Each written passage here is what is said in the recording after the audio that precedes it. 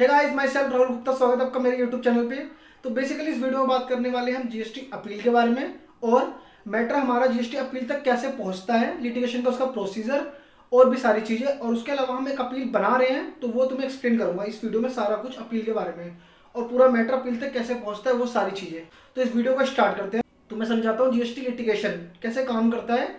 तो हमारा क्या होता है, पहले डिपार्टमेंट हमारी स्क्रूटनी करता है, जितनी भी अपनी रिटर्न फाइल करी होती है उसकी स्क्रूटनी करता है। उसमें देखता है कि जो हमने GSTR 1 GSTR 3 में कुछ फाइल करा है, कुछ डिफरेंस तो नहीं है। तो वो स्क्रूटनी करके हमें नोटिस निकालता है ASMT 10। सबसे पहला नोटिस होता है, ये अंडर सेक्शन 61 आता है, ठीक है। तो इसके अंदर वो देखता है कि हमने कुछ भी शॉर्ट पेमेंट ऑफ टैक्स कर रखा है, या हमने एक्सेस एलिजिबल ITC क्लेम कर रखा है, या इनएलिजिबल ITC क्लेम कर रखा है। तो वो सारी चीज़ों को वो देखते हैं और नोटिस निकालते हैं। ASMT 10 बोलते हैं इसको, अंडर सेक्शन 61। तो इसमें बहुत सारे पॉइंट्स होते हैं, ठीक है। उसका हम रिप्लाई करते हैं। अगर हमारा डिपार्टमेंट रिप्लाई से सेटिस्फाई हो गया तो ठीक है, अगर वो नहीं होता तो वो आगे हमारा नोटिस निकालता है, शो कोज नोटिस। वो आता है हमारा सेक्शन 73 और सेक्शन 74। और तुम्हें एक चीज़ एक्सप्लेन करता हूँ। पहली बात, सेक्शन 73 का नोटिस और सेक्शन 74 का नोटिस जरूरी नहीं है तुम्हारा ASMT आना ही चाहिए, वो डायरेक्ट भी डिपार्टमेंट ला सकता है। जो हमारा सेक्शन 73 74 के शो कोज नोटिस होते हैं वो जरूरी नहीं है ASMT आए, उसके बिना भी डायरेक्ट ही हमारा शो कोज नोटिस आ सकता है। अब पहले हम बात करते हैं शो कोज नोटिस अंडर सेक्शन 73। तो 73 के अंदर नोटिस जो आते हैं जो फ्रॉड से रिलेटेड नहीं होते, जो जितने भी फ्रॉड वाले नोटिस होते हैं ना, कि डिपार्टमेंट को लगता है ये इंटेंशनली इसने फ्रॉड किया हुआ है, तो वो सेक्शन 74 में जाता है।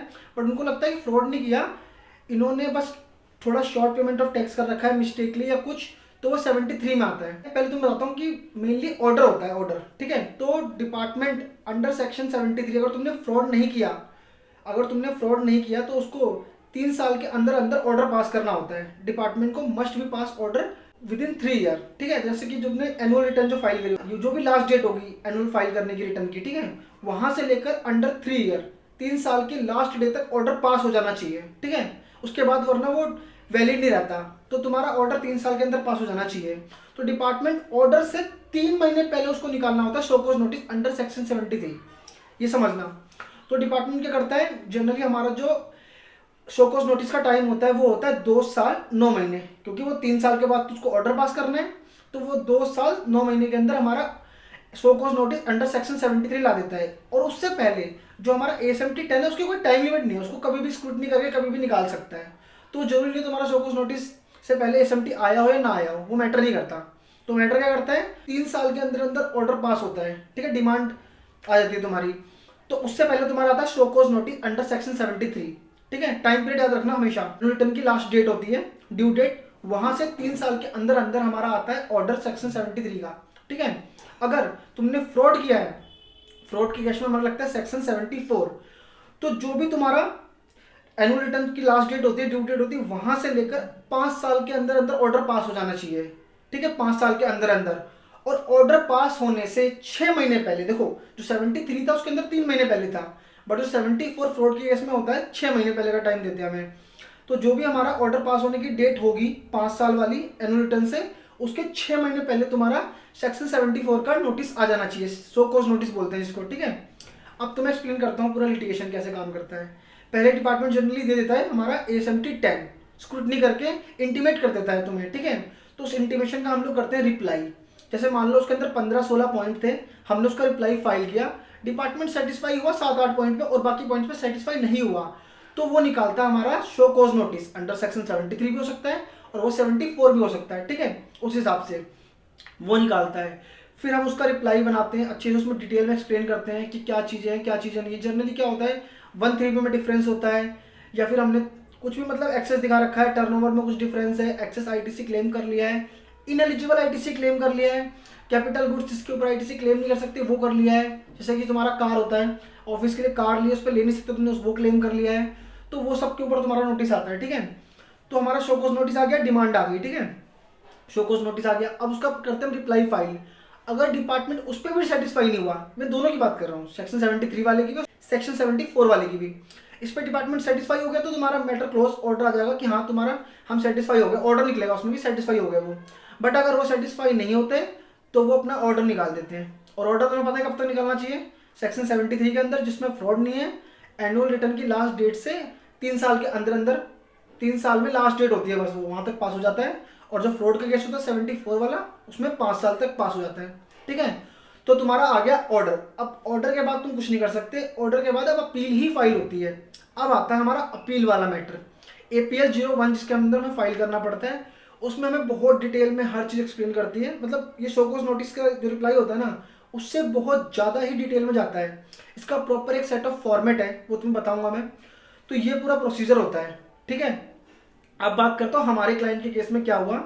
तो हमारा एक क्लाइंट था, उनका पहले ना ASMT 10 आया होगा, उन्होंने रिप्लाई नहीं फाइल किया, मतलब वो पता नहीं क्या, वो डाटा प्रिपेयर नहीं कर रखा था, उनके अकाउंटेंट क्या थे, तो उन्होंने रिप्लाई फाइल नहीं करा। ठीक है, तो उसके बाद टाइम हो गया, उन्होंने बोला कि बार बार इंटीमेट करा फाइल कर दो।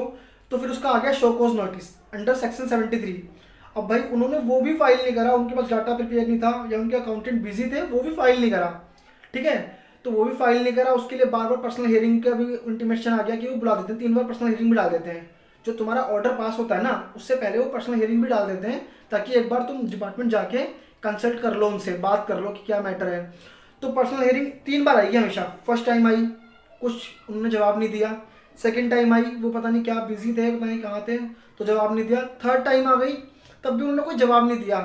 अब डिपार्टमेंट ने निकाल दिया उनका ऑर्डर, जबकि उनका जो नोटिस था ना, उसमें इतने पॉइंट्स बड़े नहीं थे, पर उन्होंने निकाल दिया ऑर्डर। ऑर्डर निकाल दिया, ऑर्डर पास हो गया, और वो सेक्शन 73 वाला था। तो उनका जो ऑर्डर आ चुका है, अब उसके अगेंस्ट हम फाइल कर रहे हैं अपील। अब तुम्हें बताता हूँ अपील के बारे में। APL 01 जिसको बोलते हैं, जिसको हमें फाइल करना होता है फॉर्म APL 01। अब उसके अंदर तुम्हें पूरा मैटर एक्सप्लेन करता हूँ अच्छे से डिटेल में। तो गाइस, जैसे तुम्हारा ऑर्डर पास होता है, उसके बाद तुम्हारे पास होते हैं 2 ऑप्शन। पहला तो क्या, तुम सारी चीजें एक्सेप्ट कर लो, उतना टैक्स पे कर दो डिपार्टमेंट को विद इंटरेस्ट एंड पेनल्टी। दूसरा ऑप्शन, तुम एक्सेप्ट नहीं कर सकते तो उसके अगेंस्ट फाइल कर सकते हो अपील। अपील फाइल होती है तुम्हारी सेक्शन 107 के अंदर। ठीक है, और इसका फॉर्म होता है APL 01। ठीक है, अपील फाइल कब कर सकते हो तुम, ये नहीं तुम कभी भी अपील फाइल कर दोगे, नहीं। जैसे तुम्हारा ऑर्डर पास हुआ है, उसके विद इन 3 मंथ्स के अंदर तुम्हें अपील फाइल करनी होती है। पर डिपार्टमेंट को रिक्वेस्ट करने के बाद तुम्हें 1 मंथ और मिल जाता है। तो मतलब तुम्हारा मतलब ये हो गया, जैसे तुम्हारा ऑर्डर पास हुआ, उसके 4 मंथ हो गए टोटल, मतलब समझ लो मैक्सिमम 4 मंथ के अंदर अंदर तुम्हें अपील फाइल करनी होगी APL 01 के अंदर। ठीक है, अब APL 01 के अंदर अपील फाइल कैसे करनी है, तुम्हें सारी चीजें ब्रीफली एक्सप्लेन करनी है, प्लस जितना भी तुम्हारा टैक्स था, जितना भी तुम्हारा डिस्प्यूटेड टैक्स था, उसका 10% तुम्हें प्री डिपॉजिट करवाना पड़ेगा डिपार्टमेंट को। ठीक है, ये नहीं मतलब सारी चीजों का नहीं, डिस्प्यूटेड टैक्स ओनली का, नॉट इंटरेस्ट नॉट पेनल्टी। जैसे कि मान लो एग्जांपल के लिए तुम्हारा डिस्प्यूटेड टैक्स था 10 लाख टैक्स अमाउंट, उसके ऊपर इंटरेस्ट था 2 लाख। ठीक है, पेनल्टी थी 2 लाख। ठीक है, तो बट तुम्हारा डिस्प्यूटेड टैक्स 10 लाख है, तो 10 लाख का 10% तुम्हें प्री डिपॉजिट करना पड़ेगा डिपार्टमेंट को, उसके बाद तुम APL 01 फाइल कर सकते हो। ठीक है, APL 01 में बहुत डिटेल हर एक चीज को अच्छे से एक्सप्लेन करो, लो का मतलब रेफरेंस दो हर चीज का। ठीक है, कोई केस है पुराना, उसका रेफरेंस दो, हर चीज अच्छे से डिटेल में फाइल करो, वो सब बताऊंगा अभी तुम्हें, पहले बता रहा हूँ प्रोसीजर। ठीक है, तो तुम्हारा 107 के अंदर मान लो अब तुमने फाइल कर दी अपील, फिर ऑर्डर पास हो गया, डिपार्टमेंट ने एक्सेप्ट कर लिया तो खत्म, नहीं करा तो तुम भाई दोबारा तुम्हारे पास 2 ऑप्शन आ गए, तुम एक्सेप्ट कर लो, उतना पे कर दो विद इंटरेस्ट पेनल्टी, वरना तुम सेकंड अपील फाइल कर सकते हो। जो पहली अपील फाइल हुई थी तुम्हारी APL 01, इसको बोलेंगे हमारी appeal to appellate authority under section 107। इसके अंडर होता क्या है, जो हमारे लोअर ऑफिसर ने ऑर्डर पास किया होता है ना, अब जो हम अपील फाइल करते हैं वो जाते हैं हाई, जो ऑफिसर्स होते हैं ना वो तुम्हारी अपील को देखते हैं। ठीक है, इसके अंदर तुम्हारी अपील को हाई ऑफिसर्स देखते हैं। ठीक है, फिर तुम्हें बुलाते हैं, पूरा डिस्कस होता है, केस एक्सेप्ट ऑर्डर निकाल देते हैं। ठीक है, मान लो तुम्हारा ऑर्डर आ गया अपील के अंदर ही 107 के अंदर ही, उसका भी ऑर्डर आ गया, तुम सेकंड अपील फाइल कर सकते हो अपील टू अपीलेट ट्रिब्यूनल के पास। अब ट्रिब्यूनल के पास जाता है, फिर आगे वही चलते रहते हैं, फिर हाई कोर्ट, ये सब चलता रहेगा। बट हम अभी अपील के बारे में बात कर रहे हैं यहाँ पे APL 01 के बारे में। ठीक है, APL 01 के बारे में तुम डिटेल में याद रखो चीजें क्या है। तुम्हारा ऑर्डर पास हुआ, ऑर्डर पास होने के अंदर अंदर 3 महीने के अंदर तुम्हें फाइल करना है। अगर हाँ 1 महीना रिक्वेस्ट करोगे तो और मिल जाएगा, टोटल 4 मंथ।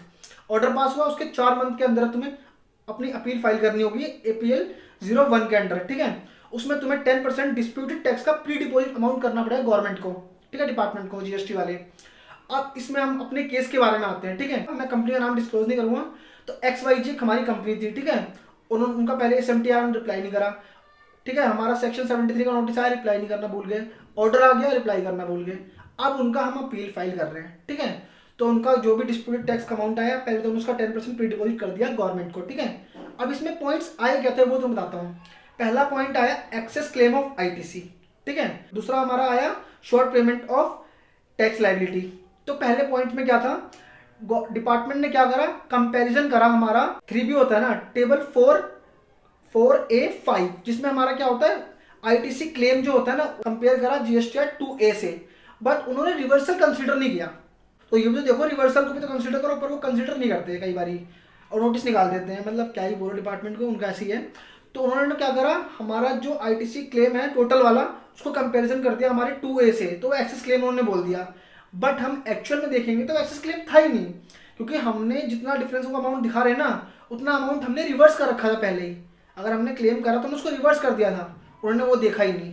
ठीक है, तो हम अपील में यही बहुत डिटेल में एक्सप्लेन करते हैं, अच्छे से रिकंसिलेशन बना के दिखाते हैं कि एक्सेस क्लेम नहीं है ये, हमने उतना ही क्लेम करा, ये रिवर्सल कंसीडर नहीं करा गया है, प्रॉपर तरीके से दिखाते हैं हम। ठीक है, फिर हमारा आता है शॉर्ट पेमेंट ऑफ टैक्स। भाई डिपार्टमेंट के नोटिस भाई क्या ही है, तुम्हें क्या बताऊं। डिपार्टमेंट ने पता क्या करा है, जीएसटीआर 1 3B में डिफरेंस निकाला है, और निकाला तो कैसे देखो, उन्होंने जीएसटीआर 1 की टैक्स लायबिलिटी टोटल करा, कैसे करा, सारा का सारा B2B B2C सब कुछ ऐड करा, क्रेडिट नोट को माइनस करना होता है, क्रेडिट नोट को ऐड कर दिया। देख रहे हो, अमाउंट एक तो माइनस होना चाहिए था वो डिफरेंस, और उल्टा वो ऐड हो गया, तो डबल डिफरेंस। तो डिपार्टमेंट ने जीएसटीआर 1 में सारे B2B B2C सबको ऐड करा, उसमें क्रेडिट नोट को ऐड कर दिया, उसको कंपेयर कर दिया जीएसटीआर 3B में जो तुमने टैक्स पे करा उसके साथ, डिफरेंस निकाल दिया। तो जब हमने उसको अच्छे से एनालाइज करा, सब कुछ देखा, तो देखा हमने कि डिपार्टमेंट ने क्रेडिट नोट को कंसीडर ही नहीं किया। ठीक है, दूसरी बात, हमने क्या कर रखा था, एक चीज़ और, हमने जीएसटीआर 1 में जो क्रेडिट नोट दिखाए थे वो 3B में नहीं दिखाए। इसका मतलब समझ रहे हो तुम, क्रेडिट नोट का मतलब क्या होता है, तुम्हारी टैक्स लायबिलिटी को कम करता है, और हमने वो 3B में नहीं दिखाया, तो मतलब हमने ज़्यादा ही टैक्स पे कर रखा था।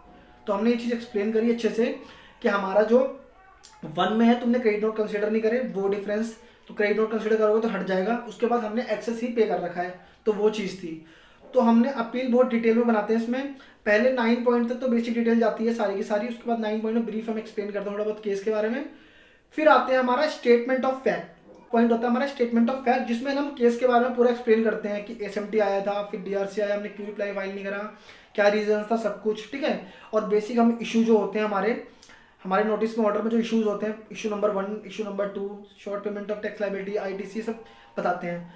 फिर आता है हमारा ग्राउंड्स, किस ग्राउंड पर हम अपील फाइल कर रहे हैं वो हम एक्सप्लेन करते हैं अच्छे से। ग्राउंड नंबर 1 की रिवर्सल कंसीडर नहीं करा गया, पूरा अच्छे से एक्सप्लेन करते हैं।